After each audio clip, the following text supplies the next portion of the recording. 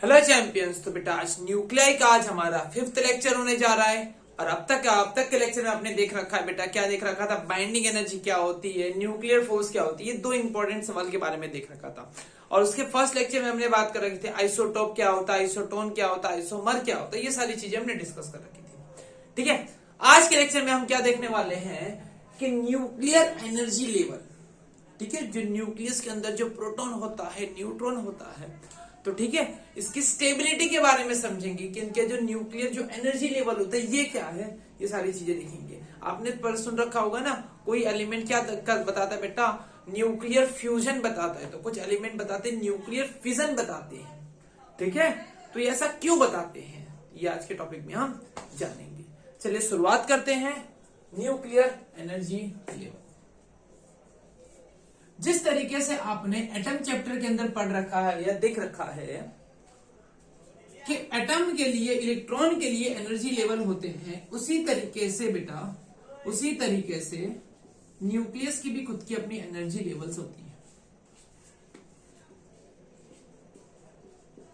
Energy mega electron volt में है, mega electron volt में होती है। 1 2 3 4 5 6 मेगा इलेक्ट्रॉन ये सब होती है। जो सबसे लोवेस्ट एनर्जी लेवल होती है उसे हम क्या कहते हैं बेटा? Ground state. Ground state lowest energy level. जैसे इलेक्ट्रॉन अपनी रैंडमनेस की वजह से ऊपर नीचे घूमता रहता है, उसी तरीके से न्यूक्लियस भी अपनी रैंडम मोशन की वजह से घूमते रहते हैं, है ना। मूवमेंट होती है उसमें, वो भी मूवमेंट बताते रहते हैं, मूवमेंट करते रहते हैं ना।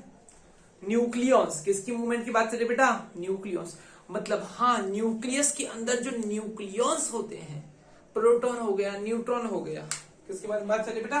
प्रोटॉन और न्यूट्रॉन। प्रोटॉन और न्यूट्रॉन ये भी रैंडमली घूमते रहते हैं। हमेशा क्या ट्राई करते हैं बेटा? लोवेस्ट एनर्जी स्टेट में रहने की, लोवेस्ट एनर्जी लेवल में, है ना, लोवेस्ट एनर्जी लेवल में रहने की कोशिश करते हैं, जिसे आपने क्या नाम दे रखा बेटा? हमने सबने ग्राउंड स्टेट। लेकिन जैसे ही रैंडम टेम्परेचर बढ़ता है, due to increase in temperature,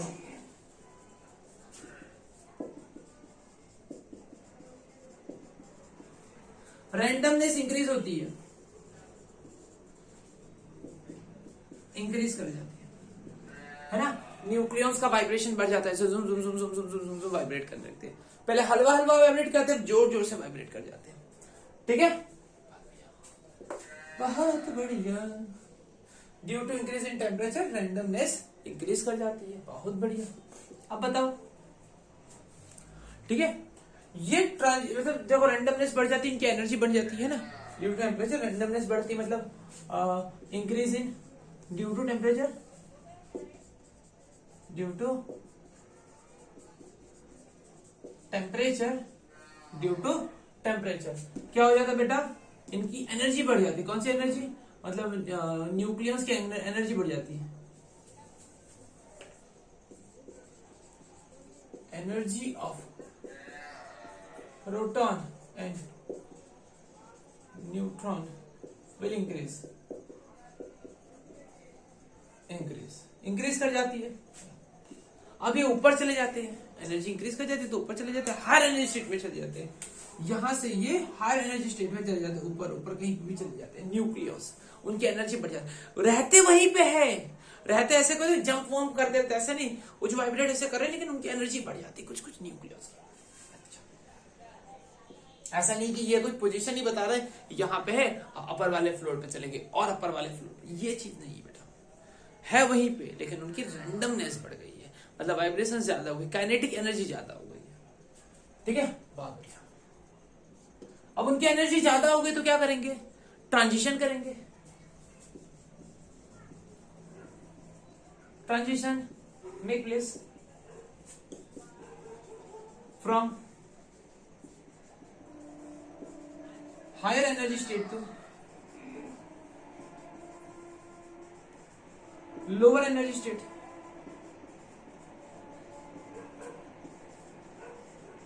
high energy state to lower energy state वो ट्रांजिशन शो करते हैं, ट्रांजिशन बताते हैं। अब जैसे ही ट्रांजिशन होता है क्या होता है बेटा, जैसे ही ट्रांजिशन होता है क्या होता है, एनर्जी रिलीज करेंगे and released energy in form of photons, form of photon. Photon की फॉर्म में वो एनर्जी निकालते हैं और वो क्या होता है बेटा, गामा रेडिएशन। वही होता है गामा रेडिएशन। मतलब न्यूक्लियस के अंदर से जो फोटोन निकल रहा है, जो रेडिएशन बाहर आ रहा है ना, वो किस तरीके से होता है बेटा, गामा रेडिएशन के फॉर्म में होता है। ये था बेटा nuclear energy level. Energy level में पहला देखा हमने कि इस तरीके से एनर्जी डिफाइंस हो गई बेटा सारी, ठीक है। उनके अंदर मूवमेंट होता रहता है, इनके बीच प्रोटॉन और न्यूट्रॉन हमेशा रैंडमली मूव करते रहते हैं।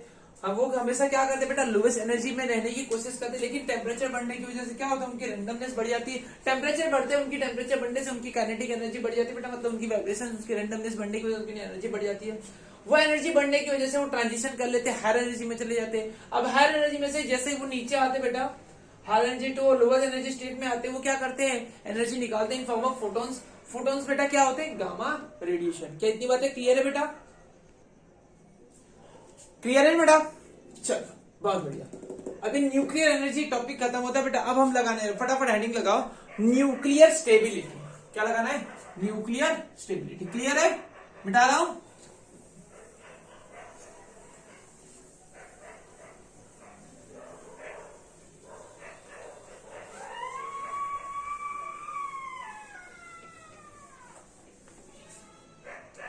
चलो, nuclear stability.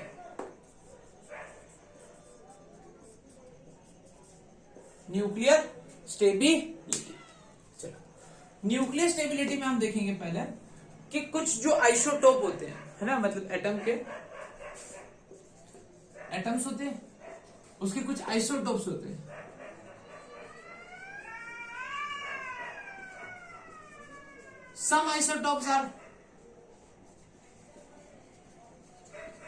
Some isotopes are stable, but some are unstable. कुछ स्टेबल होते हैं, कुछ अनस्टेबल होते हैं। क्यों बेटा? चलो, कुछ स्टेबल होते हैं, कुछ अनस्टेबल होते हैं। स्टेबल जो न्यूक्लियस होते हैं, मेंटेन कंसिस्टेंसी,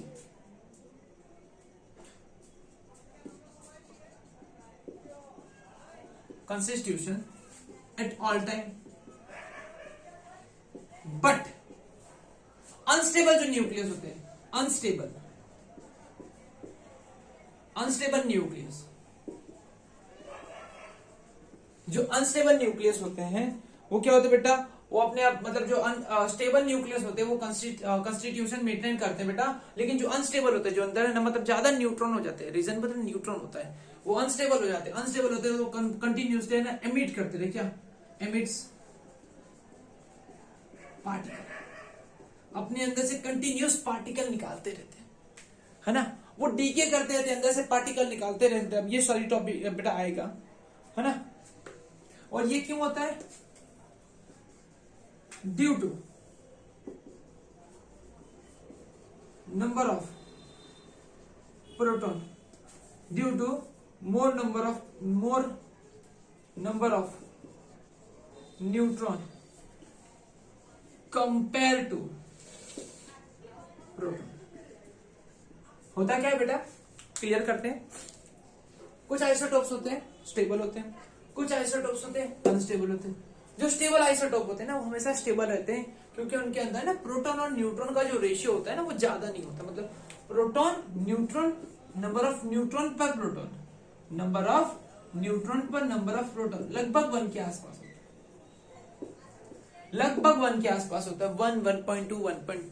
इतना, इससे ज्यादा नहीं होता, ठीक है। लेकिन कुछ जो होते हैं अनस्टेबल होते हैं। अनस्टेबल मतलब उनका रेशियो जो होता है ना, गजब का होता है ना, नंबर ऑफ प्रोटॉन, इनका रेशियो चला जाता है 1.5 के आसपास। अब 1.5 के आसपास मतलब एक प्रोटॉन को संभालने के लिए 1.5 न्यूट्रॉन होते हैं। 2 प्रोटॉन के बीच में 3 न्यूट्रॉन हो जाते हैं। ठीक है, अब ये ज्यादा न्यूट्रॉन हो जाते हैं, क्यों होता है आपको ऑलरेडी पता है। न्यूक्लियस के अंदर न्यूट्रॉन क्यों होता है, फेविकॉल का काम करता है, याद आया। मतलब प्रोटॉन के बीच में क्या था, अट्रैक्शन भी लग रहा था, रिपल्शन भी अट्रैक्शन भी लगा था, रिपल्शन भी लग रहा था। ठीक है, और लेकिन न्यूट्रॉन क्या होता है, न्यूट्रॉन के बीच में भाई ये तो क्या करना जानता है, सिर्फ प्यार करना जानता है बेटा। न्यूट्रॉन क्या करता है, फेविकॉल की तरह सबको चिपकाता चला जाता है, चिपकाता चला जाता है, चिपकाता चला जाता है। Due to more number of neutron compare to proton, अभी न्यूट्रॉन ज्यादा हो गया कंपेयर टू हो गया बेटा। अब ये कंपेयर टू प्रोटॉन की कंपेयर में, अब यहाँ पे किसका राज हो जाता है बेटा, यहाँ पे राज हो जाता है किसका, न्यूट्रॉन का। अब यहाँ पे न्यूट्रॉन का राज हो जाता है। अब न्यूट्रॉन का राज इतना ज्यादा हो जाता है बेटा, क्या करे, तो ये क्या होता है, अपने आप को स्टेबल करने के लिए, अपने आप को स्टेबल करने के लिए अंदर से पार्टिकल्स निकालता रहता है, एमिट्स पार्टिकल, उसी को कहते हैं डीके, और उसी को कहते हैं रेडियो एक्टिविटी, इसी को कहते हैं रेडियो एक्टिविटी। आइए ग्राफ देखा जाए, ग्राफ है बेटा तुम्हारा number of neutron versus number of proton का।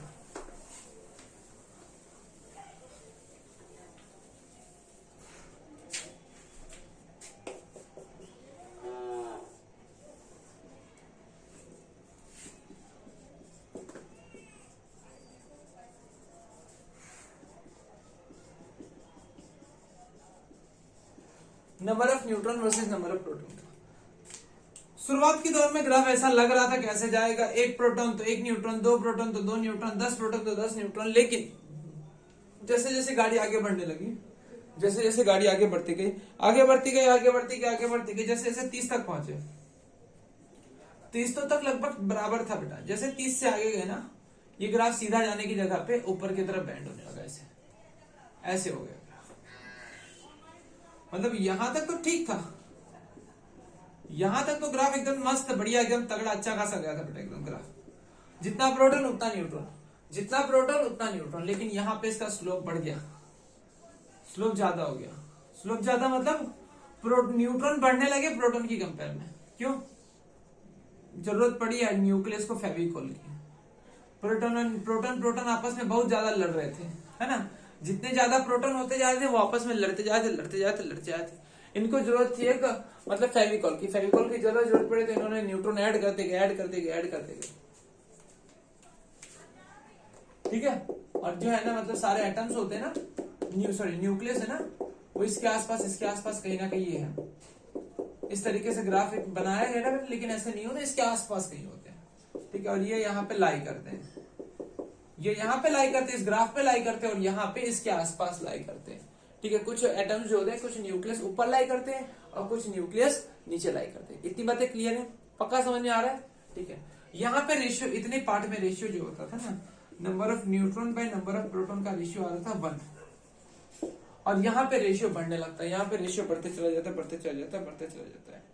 ठीक है, यहाँ पे कैसे रख सकते हैं, 10, 20, 30, 40, 50 ऐसे 110 तक।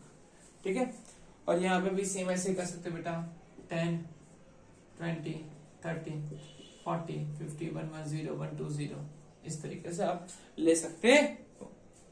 ठीक है, कोई दिक्कत आ रही है बेटा, यहाँ तक तो है ना। जैसे यहाँ पे 110 अगर पहुंचा रहे बेटा, ये 110 तक पहुंचा रहे हो, ग्राफ इतनी जगह है नहीं कि खींच लग रहा है, नहीं जाएगा, चला जाएगा, चला गया, बहुत बढ़िया।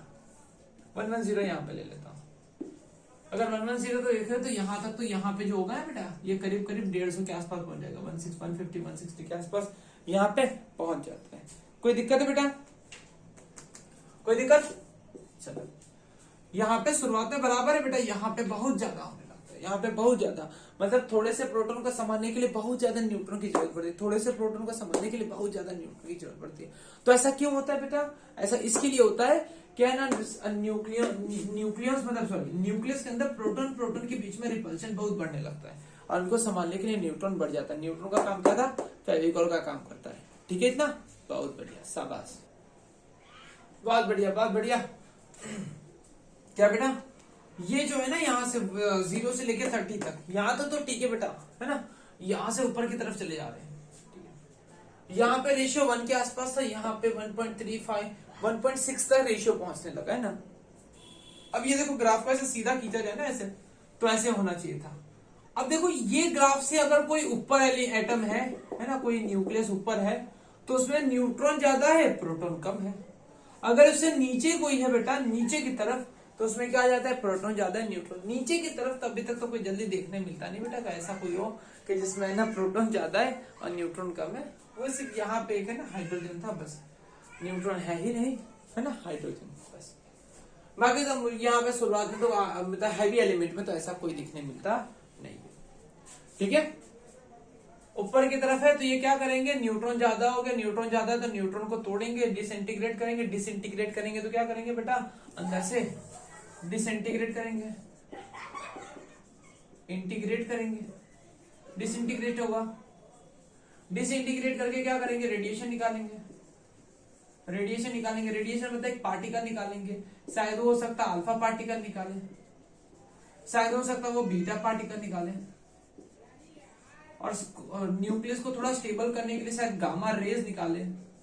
ठीक है, गामा रेज तो अभी हमने डिस्कस किया था, इसके अभी जो पिछली थ्योरी चले थे उसी में डिस्कस किया था। तो ये सारी चीजें डिसइंटीग्रेट करने के लिए वो न्यूक्लियस अपने आप को स्टेबल करने के लिए कोशिश करेगा। ठीक है, चलो ये था बेटा न्यूक्लियस की स्टेबिलिटी वाला ग्राफ। ठीक है बेटा, चलो यहाँ पे ये टॉपिक ओवर करते बेटा। अब नेक्स्ट टॉपिक हम डिस्कस करने वाले रेडियो एक्टिविटी। रेडियो एक्टिविटी ये रहा बेटा, क्यों आती है रेडिएशन, क्यों आता है radioactivity, to achieve stability. अगर कोई भी पूछे ना बेटा, रेडियो एक्टिविटी में दो चीज आएगी बेटा, रेडियो एक्टिविटी। देखो रेडियो एक्टिविटी की वजह से दो चीजें होती है ना, या तो टूटेगा या तो जोड़ेगा, दो टाइप का, न्यूक्लियर फ्यूजन होगा, न्यूक्लियर फ्यूजन होगा या न्यूक्लियर फिशन होगा, न्यूक्लियर फिशन, फ्यूजन या फिजन। फ्यूजन मतलब जोड़ना, फिजन मतलब तोड़ना।